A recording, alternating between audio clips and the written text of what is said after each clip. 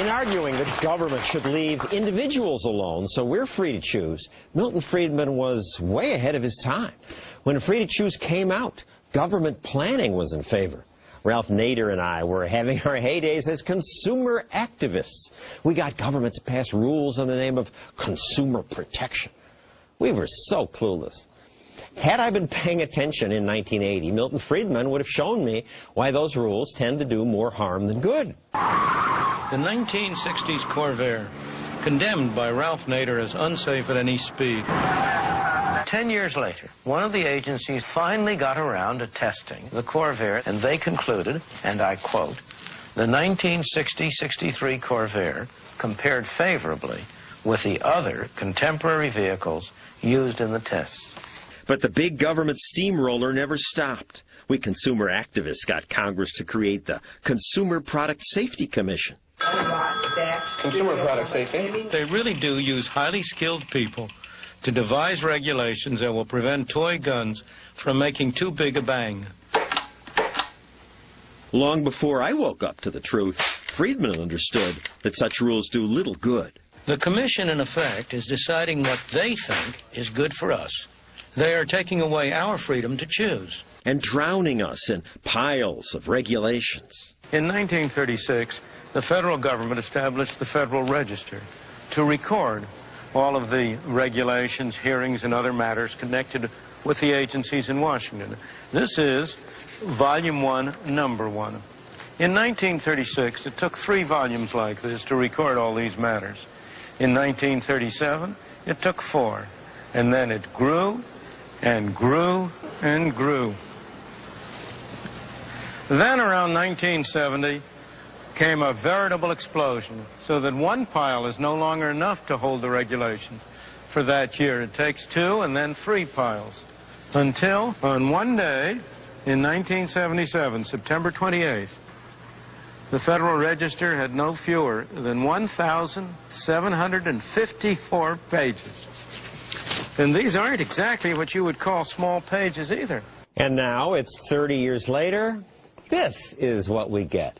Every year. About 70,000 pages just last year. These are all rules we just have to obey. Today, the think tank that is most effective and active, I think, in fighting against this is the Cato Institute, and its executive vice president is David Bose, who joins us now. So, David, looking at that, you're not doing a very good job. You're losing. Think how much worse it could be. Well, that's a good point. At least now there is something new. We're having a debate about the size of government. We are having a debate, and that's one of the things that happens every time somebody comes into the presidency and really says, I want to make the government a lot bigger.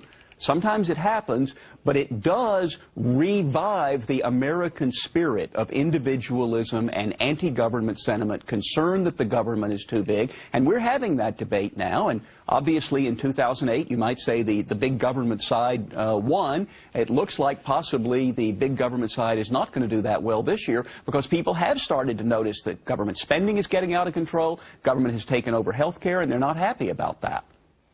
Well, another example of how Friedman was well ahead of his time, he saw what was happening in many government schools. The teachers who teach here don't like this kind of situation. The students don't like to come here to go to school. Nobody is happy with this kind of education. The taxpayers surely aren't.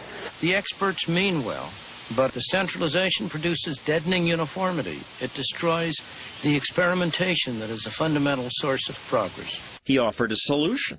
I have long believed that children, teachers, all of us, would benefit from a voucher system. A voucher system where the money's attached to the students so parents can pick a school and schools have to compete. Friedman, again, way ahead of his time. Free to Choose interviewed a British headmaster who sounds just like a union teacher today. We see this as a barrier between us and the parent. We make our judgment because we believe it's in the best interest of every Willie and every little Johnny that we've got. It's this sort of philosophy of the marketplace that we object to.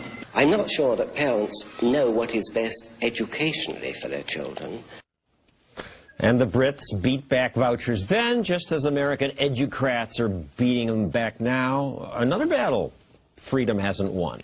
There's more school choice than there was when Milton Friedman was writing about it. We've got charter schools, we've got more homeschooling, we do have some small voucher programs, but it's true, the power of the teachers' unions and the education establishment and the people who have a stake in the current system is extremely strong. We have a volunteer army now. At the time, the draft was just accepted. He changed that. That's right. When I was young and when Milton Friedman was middle-aged, there was conscription. Every young man knew that you would get drafted into the Army and possibly sent to Vietnam. And Milton Friedman changed that through his writings, through conferences that he organized, through serving on a presidential commission on the all-volunteer force. He really was the intellectual father of moving us to the volunteer Army. And every young man who's been born since about 1960 in a way, owes his life to Milton Friedman.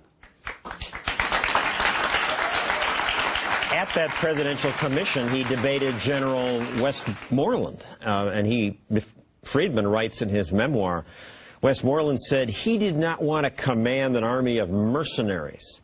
I stopped him and said, General, would you rather command an army of slaves? He drew himself up and said, I don't like to hear our patriotic draftees viewed as slaves. I replied, I don't like to hear our patriotic volunteers referred to as mercenaries. And if they're mercenaries, then I, sir, am a mercenary professor, and you, sir, are a mercenary general, and we're served by mercenary physicians, get our meat from a mercenary butcher. That was the last we heard from the general about mercenaries. Mercenary means that somebody offers you money to get you to do something. The alternative is that somebody orders you to do it. They don't have any mercenaries in North Korea. They don't have any mercenaries in the old Soviet Union. Everybody did what he was told to, and that was the way it was with the draft before Milton Friedman managed to change it. So I'd a lot rather live in a country where people make their decisions because people offer them money to persuade them than where they're issued orders at the point of a gun. Finally, Milton Friedman won his Nobel Prize for his work on inflation. We have a silly clip from Free to Choose that begins to address that. Everybody seemed happy at first. But by the early 70s, as the good times rolled along, prices started to rise more and more rapidly. Soon, some of these people were going to lose their jobs. The party was coming to an end. So, David, what did he teach us about inflation? He taught us that when the government, the Federal Reserve, creates more dollars, each one of them will be worth less. That's the simple point that it took a long time for economists to figure out. And when that happens, everybody's dollars are worth less. Your savings are worth less. Your salary won't buy as much, and therefore you want to get a higher salary. People raise their prices. You get a spiraling of inflation, and it can really undermine societies, and it absolutely undermined the American economy in the late 1970s. And it was that work that won him the Nobel Prize? That's right, his work on the science of economics, particularly on money and inflation. And I should say that the Cato Institute, where you work now, has a Milton Friedman Prize. Well, that's right. He won the Nobel Prize for his contributions to economics, but we thought there ought to be a Nobel Prize for freedom, because freedom is at least as important as economics and chemistry and physics and literature and all the things they give Nobel Prizes for. And in fact, freedom is the precondition for progress in most of those areas. So we said there ought to be a Nobel Prize for freedom. Since there's not one, we're going to create it, and we're going to call it the Milton Friedman Prize for Advancing Liberty.